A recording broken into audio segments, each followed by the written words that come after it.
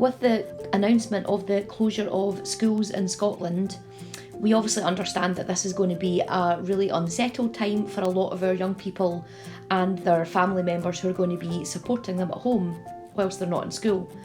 So we decided that we would put together a home learning toolkit that can hopefully mean that your child is still able to have somewhat a sense of normality and have a structured schedule in their day, similar to the sorts of things that they would be used to whilst they're at school. Obviously, for a child with autism or other communication difficulties, visual supports can help to decrease their anxiety and continue to increase independence as well. So hopefully this toolkit will help you with that sort of thing whilst they are at home. And there are lots and lots of different things that we've included in the pack, and I appreciate that some things might be relevant to your child and some things might not, and it's really up to you to pick and choose what bits and pieces you think might be helpful. This little video will show you how to use some of the things at home and some ideas of some of the activities and things that you could do with your child whilst they are not at school. Included in the pack is lots of different symbols, as you can see, organised under these category headings. They're already pre-cut up for you, but you might wish to add Velcro to be able to attach them to a schedule board, or even just blue tack and attach them to your wall or a door would do as well at home. Over the next few slides in the video, I will talk you through some of the symbols in them and also some ideas for some activities that you could do for some of the categories. The first one here is the daily schedule symbols. So these, just as you see in the picture, are things like breakfast, snack time, lunch time, nap, choosing, just simple ones like that that help break up the activities in the day. And these are the ones that young people would be most familiar with. Here are some examples of some of the sensory symbols. So obviously, depending on what you have access to, you could pick and choose which ones would be most suitable. So also we've got things like sandpit, trampoline, shaving foam on a table, doing some painting, maybe a bit of dancing. If you've got something that you could do a bit of spinning, taking a bubble bath, maybe even just playing with bubbles, making them, playing with them, bit of Play-Doh, blowing up balloons, playing with them, even just blowing them up and letting them down again.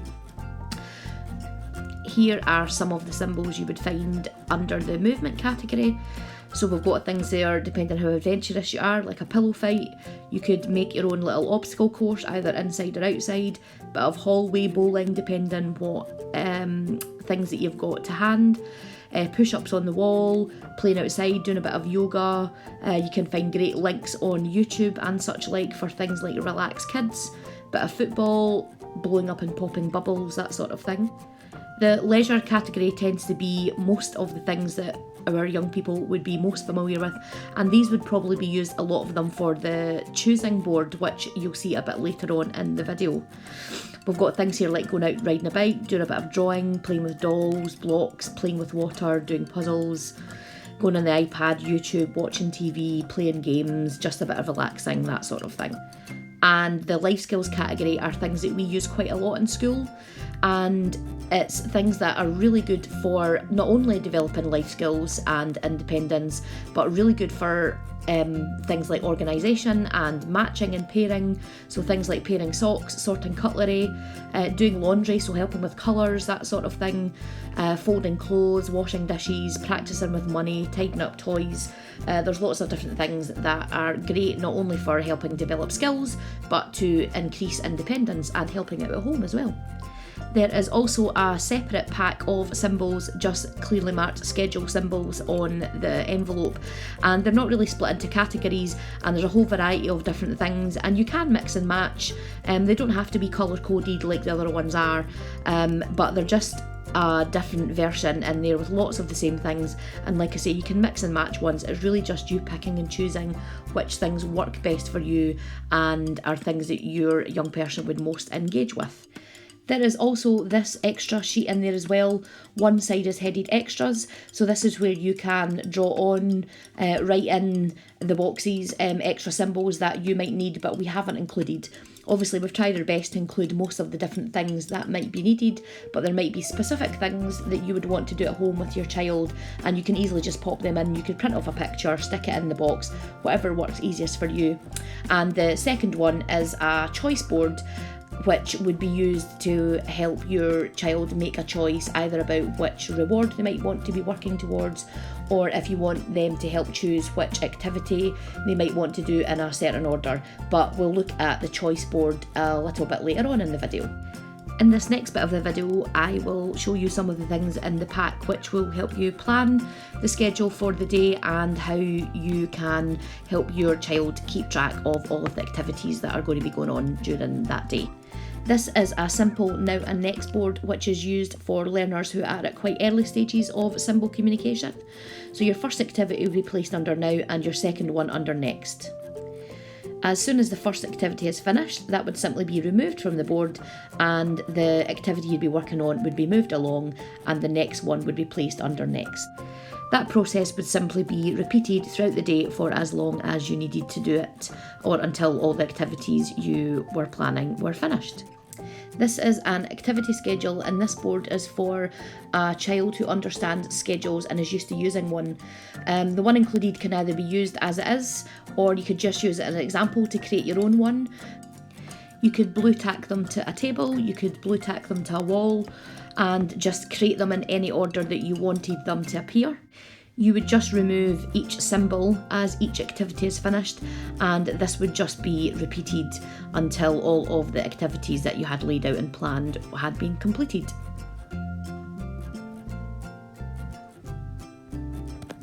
Something that's important to include is the opportunity to make choices and also offering rewards so that it encourages young people to be engaged in activities and take part when they can see the benefits that they're going to get out of being involved in the activity. This is a simple choice board. It's got space for quite a lot of options, but that's obviously a bit much for most of our young people that come to our school. So you can cut it down to size. You can offer only 3 options, 2, 1, whatever you need to do. And you would simply place the symbols on the little squares and allow the young person to make a choice.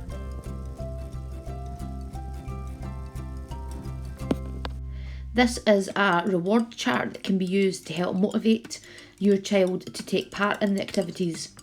Obviously, we understand that it'll be strange for them to be doing school-based activities whilst they're at home, and it'll take a little bit of time for them to get used to that.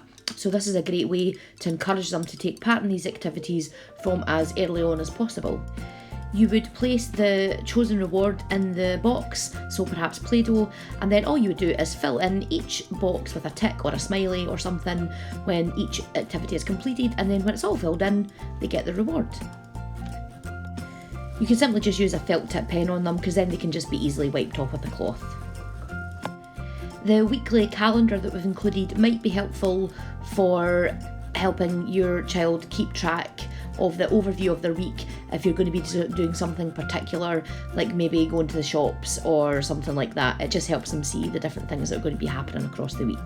The last little sheet that's included is actually just an example of something you could do as an activity.